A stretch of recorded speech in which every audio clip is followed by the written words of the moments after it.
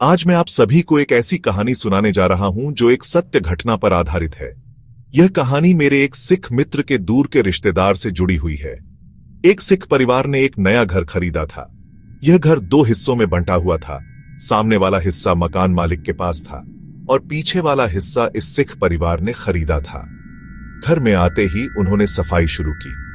घर बहुत ही गंदा और बदबूदार था और पूरे घर को साफ करने में उन्हें लगभग एक सप्ताह लग गया। कुछ दिन बाद उस घर की महिला ने अपने पति से कहा, मुझे कई दिनों से घर में बहुत गंदी बदबू आ रही है। परिवार के अन्य सदस्य इस बात को नजरअंदाज कर देते हैं और बात टाल देते हैं। अगली सुबह वह महिला घर के बाहर एक कुत्ते की लाश देखती है और सोचती है, शायद इसी से बदबू आ रही होगी। उस घर का पुरुष सदस्य नॉन वेज खाने का बहुत शौकीन था। एक दिन उन्होंने उसी घर में नॉन वेज बनाया और सबने साथ मिलकर खाना खाया।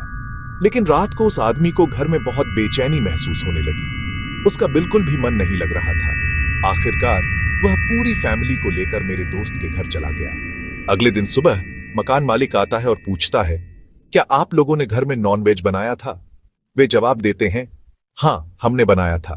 फिर मकान मालिक पूछता है, और रात को आप सब कहां चले गए थे? आदमी जवाब देता है, हम अपने रिश्तेदार के घर चले गए थे, मेरा मन नहीं लग रहा था वहां।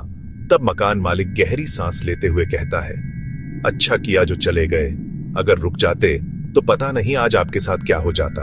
आदमी चौंकता है और पूछता है, ऐसा क्यों कह रहे हैं आप? फिर मकान मालिक उन्हें उस घर का भयानक सच बताता है। इस घर में आपसे पहले भी एक सिख परिवार रहता था।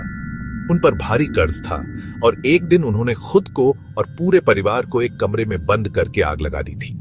उनकी जली हुई लाशें घरों के कोनों में जमी रह गई थी और घर की गंदगी दरअसल उनकी राख और जले हुए शरीर की वजह से थी, जिसकी वजह से आपको बदबू आ रही थी।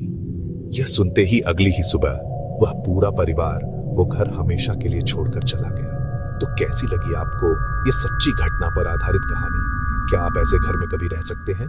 कमेंट करके जरूर बताएं।